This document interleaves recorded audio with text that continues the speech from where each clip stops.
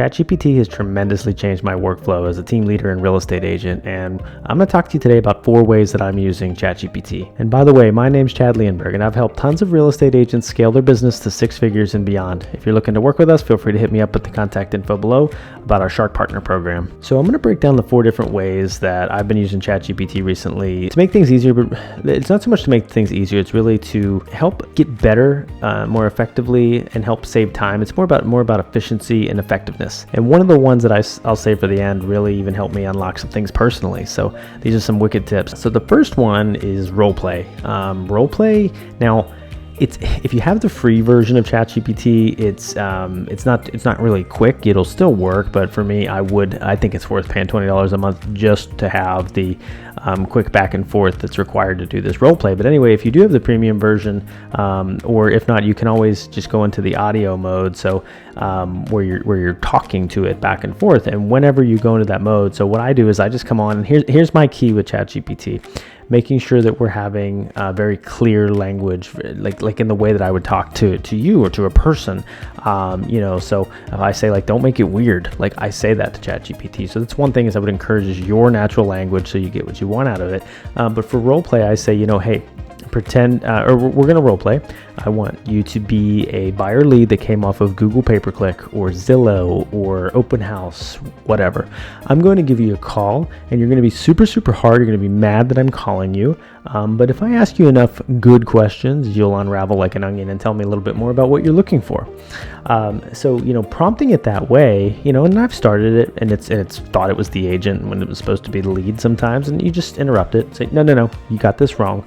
You are the lead. I am the agent calling you. Ring, ring, and you go at it. And it's been amazing. And maybe it was too nice and it didn't give you an objection whenever you ask for an appointment. I'll stop it mid role play and say, no, go back and do that again, and say, be harder. Make me handle 2 objections before you'll say yes. But when you properly prompt it, it is an amazing role play partner. I even had to have a hard conversation with a seller about a price reduction, and I role played it about 4 times before the conversation, and I told it to be crazy and go super nuts and get super emotional about it. Needless to say, there's no way the real seller would ever get as bad as that one did, and it was a lot less. There was a lot less anxiety going into that call. So highly recommend it for role play. The second thing would be my standard operating procedures. So regardless of whether you run a team or not, even if you're just a solo agent, maybe you have an admin, or maybe you're planning on hiring an admin and you're not worried that they won't have the step-by-step processes. Well, this streamlines that. I made about 20 SOPs in about 30 minutes one night. It also knows the software. So for example, I can tell ChatGPT, give me the step-by-step instructions on how to set and create an appointment in Follow Up Boss, or give me the step-by-step instructions on how to create an e-alert or a search alert in Sierra Interactive or KV Core or whatever. And it actually knows. It actually knows what steps and what buttons to press. So what I do is I say, okay, now make that into a 1-page PDF. And then I gave it my logo and said, put my logo in the top left corner. And it made a 1-page PDF that's super, super followable that I can now hand out to my team. And we have a library of standard operating procedures in like 30 minutes. Wicked for that. The third thing that I have it do is make relevant emails. So one thing to understand first is, we've kind of dropped the drip campaign mentality, and we send out 1 email a week into our database. And we like to keep our open rates above 30%. Big on email, so there's a lot of subtleties and nuances you got to get right. But that said, I'll ask ChatGPT, what is the status of the Tampa Bay real estate market? What are some interesting stats right now that I should be educating and informing my audience of? And it actually is able to locate the stats. Like what's the current months of inventory?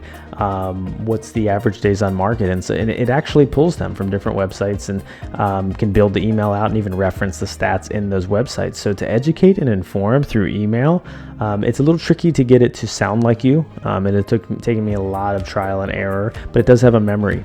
So I've taught it a lot of, I like 1 to 2 sentences per line, basically, because I like that kind of style, so it's very, very readable. And I've had to tell it to remember that. I've had to tell it no hyphens about 1 million times, because if you got hyphens, you can clearly tell that it's ChatGPT, or at least I can. So if I see your hyphens out there, I know where you're getting it from. But anyway, it's super, super good for generating really, really good email copy. The fourth thing that we do, and I got a bonus tip for you at the end here, but the fourth thing that I've used it for is Give me a set of questions to ask a buyer lead or a seller lead to get them to self-discover that we need to set an appointment. And it'll give you a list of 10 questions, because there's cheesy sales tactics and there's sophisticated sales tactics.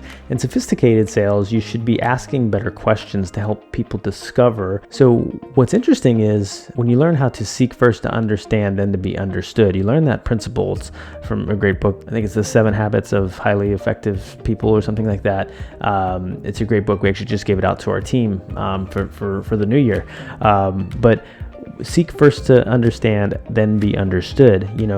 That's sophisticated sales. It's asking proper questions. And ChatGPT is fantastic at generating questions, especially when you tell it what the scenario is for. Like, give me 10 questions to help the seller realize that that the price should be lower than they currently think it is. And it'll give you some fantastic questions to ask.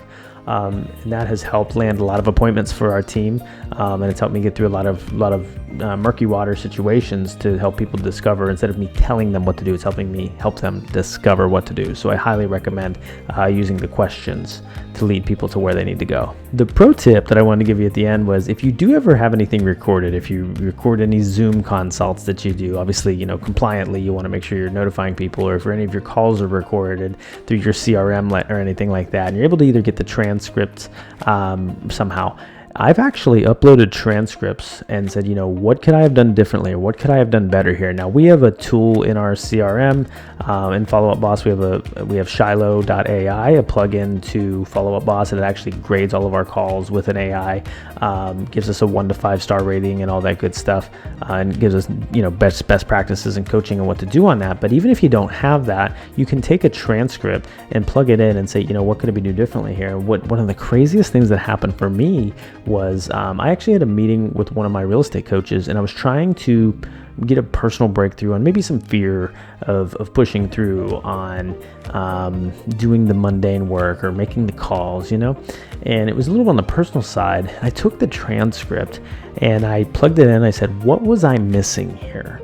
I was trying to go through what I was avoiding and discover that personal thing. And I asked it, I said, ask me a series of questions based on this transcript to help me self-discover what I was missing in this meeting about my avoidance or about my fear or whatever it was. I don't remember exactly, but it basically put me through a therapy session that got me to where I needed to go. It was wild. It was super wild. So if anything, I hope you take something from the prompts, because I think that's the big deal. And when I say that, I think it's prompting it in the way that you would ask a friend, or you would ask somebody for advice. Just talk to it the way you talk. We were just together with some friends for dinner recently, and I actually was showing them some ChatGPT stuff, and I talked to it like I talk to a normal person. Like, no, that's really weird. Don't do it that way. Make it sound normal, like I normally talk to you. And I talked exactly like that to it, and it spit out things that were a lot more relevant to me. And they were like, wow, you talk to ChatGPT that way?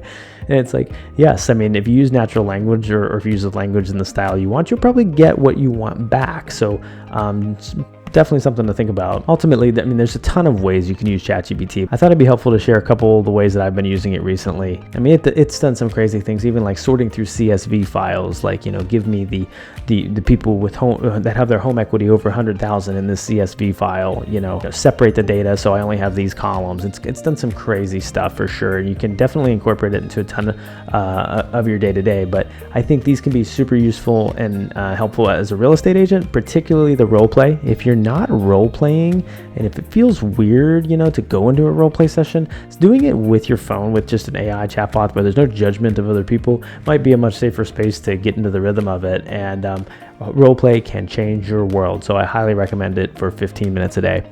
But anyway, I hope that was helpful. Thanks for tuning into the channel. Make sure you like and subscribe and check out all our good content we're putting out. We do also stream our podcast on this channel here every week. So thanks for tuning in, and we'll see you at the top.